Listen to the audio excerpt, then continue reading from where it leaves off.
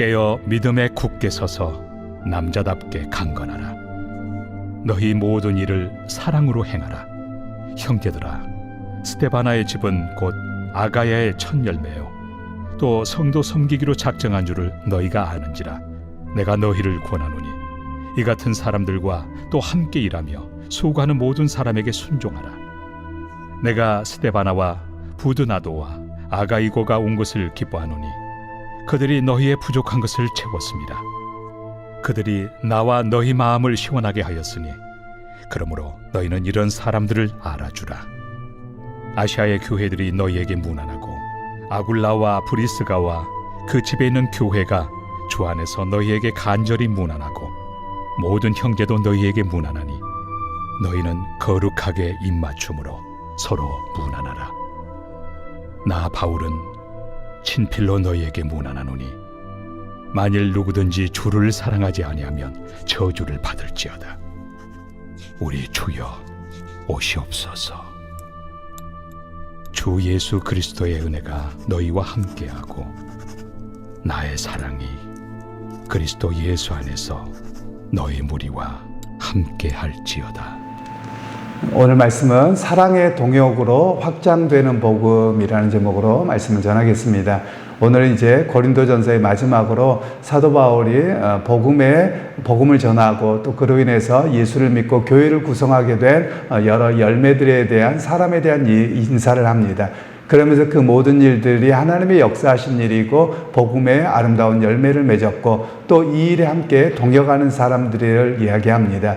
우리가 동역이라는 말은 함께함이라고 말할 수 있는데요. 이때 당시는 오늘날과 같이 이렇게 직분이 세부적으로 나눠 있지는 않습니다. 일반적으로 사도와 그리고 또 그 유대적 전통에 있는 교회들은 장로라고 썼고 또 헬라적 전통에 있는 교회들은 감독이라고 쓰고 이렇게 좀 바뀌어지게 되는데요. 이런 모습 속에서 교회가 어떻게 세워지느냐, 혼자만의 노력으로 세워지는 것은 아니고 서로가 돕고 합력할 때 교회담으로 세워집니다. 이런 이야기로 말씀을 하고 있습니다.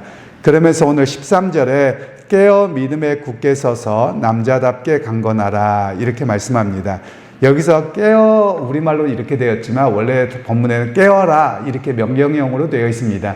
그러면 이 깨어라는 말은 무슨 말이냐면 사단의 유혹과 세상의 가치관 속에서 깨어 있어야 된다 이런 말씀을 합니다. 왜냐하면 앞에 계속해서 이 고린도 교회가 영향을 받은 것이 철학과 세상의 유혹과 세상의 타락 이런 것들이 끊임없는 유혹을 받았거든요. 그래서 여기에서는 깨어라 결론적으로 말씀하고 있는 것이 바로 세상의 유혹과 세상의 가치관 이런 것들로부터 우리가 깨어있지 않으면 물들기가 쉽다라는 겁니다. 제가 계속해서 설교에서 말씀드렸던 것처럼 우리도 모르는 사이에 세상에서 뉴스 보고 사람들의 대화를 하고 이런 속에서 살기 때문에 믿음의 가치관 속에서 보기보다도 그런 영향을 받기가 훨씬 정도가 아닙니다. 거의 대부분 그렇게 되기가 쉽거든요. 바로 그런 상황에서 우리가 매일같이 깨어 있어야 된다. 이런 이야기로 말씀하고 있는 겁니다. 이스라엘 백성들이 대표적으로 그렇게 넘어졌는데 그들이 출애굽에서 광야 생활을 40년 할 때 하나님의 인도하심을 매일 경험합니다. 매 순간 경험합니다. 그럼에도 불구하고 그들이 하나님을 본 것이 아니라 현실을 보고 주변을 보면서 넘어졌거든요. 바로 오늘 우리에게도 마찬가지입니다. 눈앞에 보이는 현실과 주변을 보며 비교가 되고 그걸로 인해서 끊임없이 넘어질 수밖에 없습니다. 그래서 우리가 깨어있다라는 말씀은 하나님을 바라보고 의지함으로 우리가 다시 한번 서야 되겠다. 매번 다짐이 있어야 됨을 이야기하고 있는 것입니다. 그리고 이제 믿음에 굳게 서라 이렇게 되어져 있는데요. 여기서 믿음에 굳게 서라라고 할 때 이 말씀은 앞에 이야기하고 있는 철학을 이야기합니다. 즉 너희의 신앙과 여러 가지를 어디에다 세울 것이냐. 어떤 사람들은 헬라 철학을 가지고 와서 소크라테스가 어쩌고 저쩌고 했을 것이고 그 한참 이런 상황이었을 겁니다. 왜냐하면 사도 바울도 실제로 아테네 지방에 가서 복음을 전할 때 그 당시에 스콜라 철학이라고 있습니다. 이때 당시가 이제 그 소크라테스라고 하는 사람이 이후에 생겨지는 것인데요. 이 스콜라 철학 가지고 아무리 변론을 내도 되지 않는 겁니다. 자기 논리가 강하지요. 그래서 많은 사람들은 대화를 나누다 보면 자기 철학 또는 어디서 배운 것 이런 논리를 가지고 오는데 그것 위에 우리의 믿음이 세워지는 것이 아니라 우리의 믿음은 오직 예수 그리스도의 십자가와 부활하신 그 위에 우리의 믿음이 서 있기 때문에 이 믿음에 굳게 서서 흔들리지 않아야 된다. 이렇게 말씀을 하고 있습니다. 우리에게도 끊임없이 그렇습니다. 신앙이라고 하는 것을 저희가 신학을 공부하고 해서 설명을 하려고는 합니다. 그러나 그 설명 위에 있습니다. 신앙은 그래서 신비라고 말할 수 있는 것이죠. 그것을 뛰어넘어 하나님의 복음을 우리가 믿게 하고 성령의 역사가 있음을 우리가 기억할 필요가 있겠습니다. 그리고 이제 남자답게 강건하라 이렇게 되어져 있는데요. 이 말은 담대하라는 말입니다. 그러니까 너희가 이런 세상의 철학과 유혹과 또 핍박과 여러 가지가 있는데 그것으로 인해서 두려워할 것이 아니라 그리스도가 성령을 통해 우리와 함께 하시기에 우리가 끊임없이 담대하게 믿음의 여정을 이어가야 합니다. 이렇게 말씀하고 있는 것입니다. 그리고 이제 17절 말씀에 내가 스데바나와 부드나도와 아가이고가 온 것을 기뻐하노니 그들이 너희 부족한 것을 채웠음이라. 이 사람들이 함께 동역함을 통해서 사도 바울과 그 고린도 교회에 새 힘과 안식을 주었음을 이야기합니다. 그러니까 오늘 우리 성도들의 입장에서는 그렇습니다. 결단해야 될 게 무엇이냐면 이 사람들과 같이 나는 목회자들에게 사역자들에게 또 교회에 어떤 사람이 될 것인가를 다짐하는 겁니다. 이 사람들 이제 앞에나 또 고린도후서에 보면 다른 사람들은 사탄에게 내어줬다 이런 이야기도 나오거든요. 이런 사람과 비교했을 때 이들은 어떤 사람이었느냐? 사도와 교회에 새 힘과 안식을 주는 사람이었다. 그래서 우리도 교회 안에서 어떤 사람이 되어야 되느냐? 목회자들에게 새 힘과 또 교회에 안식을 주고 평안함을 주는 동역자가 되어야 한다. 이런 이야기로 우리에게 적용할 수 있습니다. 그리고 이제 계속해서 이야기하기를 19절 말씀에 아시아의 교회들이 너에게 무난하고 아굴라와 브리스가와 그 집에 있는 교회가 주 안에서 너에게 간절히 무난하고 여기서 아굴라와 브리스길라는 우리가 외국에서 이렇게 많이 사용되어지는 이름이기도 합니다만 브리스가 그러면 영어로는 프리실라 해서 많이 사용되어지는 그런 이름입니다. 그런데 이 사람들은 어떤 사람이었느냐면 사도 바울 원래 이 두 사람이 로마시에 살았습니다.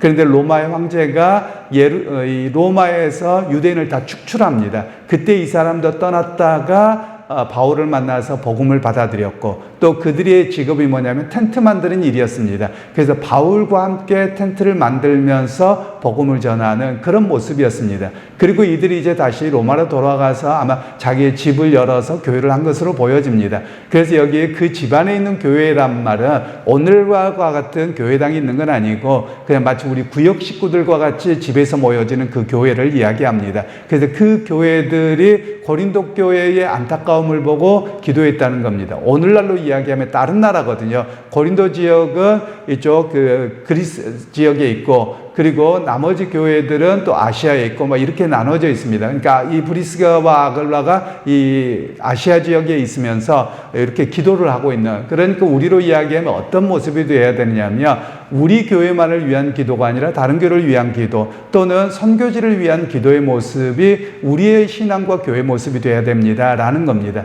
우리 한국 교회뿐만 아니라 세계적으로 좀 교회에 대한 이해가 약할 때가 있습니다. 우리가 사도신경을 외울 때 고백은 하는데 잘 몰라요. 그게 뭐냐면 우리가 사도신경을 외울 때 거룩한 공회와 이렇게 고백합니다. 이 공회라는 말은 당회를 말하는 것도 아니고요. 총회를 말하는 것도 아닙니다. 이 말은 영어로 Holy Catholic Church입니다. 그러면 캐톨릭이라는 말은 천주교를 말하는 게 아니라 보편적인이라는 뜻입니다. 그래서 거룩한 보편적인 하나의 교회라는 고백이에요. 즉 예수 그리스도를 주로 고백하는 세계의 모든 교회는 거룩하고 하나입니다. 그런 교제가 있는 것이 바로 거룩한 공회라고 하는 고백이거든요. 그래서 오늘 우리가 해야 될 일은 우리만 또 우리나라만이 아니라 세계에 있는 다른 나라나 선교지나 또는 다른 교회를 위해서 함께 기도하는 그런 모습이 바로 우리의 모습이 되어야 함을 여기에서 이야기하고 있습니다. 그리고 이제 22절 말씀에 만일 누구든지 주를 사랑하지 아니하면 저주를 받을지어다. 우리 주여 오시옵소서. 우리가 예배 시간에 사실 빠진 게 있습니다. 오늘날 교회에서는요. 그게 뭐냐면 마지막에 파송 속에서 마라나타가 있어야 됩니다. 오늘 주 예수여 오시옵소서라는 말은 신앙생활하면서 비록 우리가 하나님의 그 역사 속에서 구원의 계획 속에서 예수 그리스도의 재림을 바라보고 살아갔지만 현실에서 주어진 삶을 성실하게 살아갑니다. 그러면서 어떤 사람들은 현실의 삶으로 멈춰버리게 되거든요. 현실만 보게 됩니다. 그런데 교회에서 예배함을 통해서 끊임없이 우리가 잊지 말아야 될 신앙이 뭐냐? 예수 그리스도의 재림하심을 바라보는 겁니다.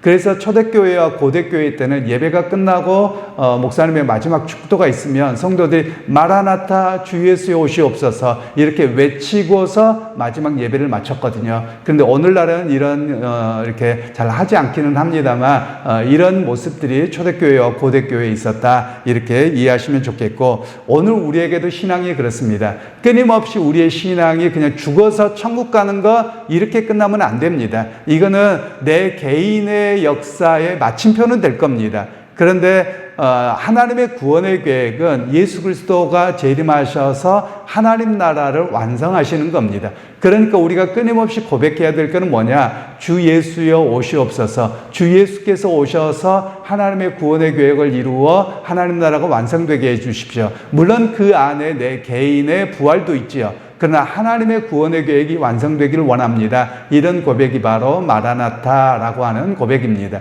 그래서 여러분 오늘 우리의 신앙이 그렇습니다. 우리가 일반적으로 교회 신앙생활을 하면 두 부류로 나누어지는 것 같습니다. 하나는 미래만 죽어서 가는 천국만 이야기하다가 그러다가 이렇게 이단으로 빠지는 경우가 많이 있는 것 같습니다. 또 오늘날 한국교회는 뿐만 아니라 세계교회가 어떻게 되느냐, 현실에만 안주하는 것 같습니다. 현실에서 복받고 잘되고 뭐하고 여기에만 안주되어 있는 그런 모습입니다. 그러나 성경에서 고린도전서에서 말씀하고 있는 것은 이 두 개가 균형이 있어야 됩니다. 즉 우리가 재림의 소망을 갖고 살아가지만 그러나 우리가 이 땅에서 하나님이 내 삶을 허락하셨기에 오늘도 성실하게 하나님 앞에서의 거룩함으로 살아내는 일이 바로 올바른 우리의 균형 있는 신앙인의 모습이라고 할 것입니다. 그러기에 여러분 오늘 말씀 기억하시면서 오늘 교회에서 나는 또는 하나님 나라에서 나는 어떤 사람이 되어야 할까 이런 다짐을 하시고 또 그런 목회자나 교회에 또 타 교회를 향한 우리의 열린 마음으로 우리가 섬기는 또 그런 모습으로 세상에서도 거룩함으로 살아내면서 재림의 신앙을 잃어버리지 않는 그런 여러분 모두가 되시기를 주님의 이름으로 축원합니다. 하나님 은혜를 감사합니다. 오늘 또 우리가 이 땅에 발을 붙이고 살아가지만 우리의 영원한 시민권은 하늘에 있기에 예수 그리스도의 재림을 바라보며 오늘 또 주어진 삶의 여정을 살아갑니다. 주의 성령께서 우리와 함께 하셔서 세상의 영향을 받지 않고 세상에 무너지지 않고 승리할 수 있도록 인도하시고 도와주옵소서. 예수님의 이름으로 기도하옵나이다. 아멘.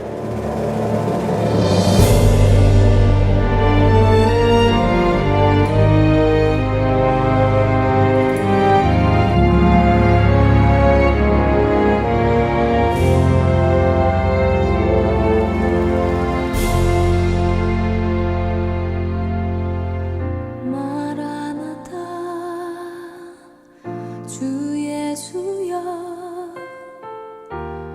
어서 오시오.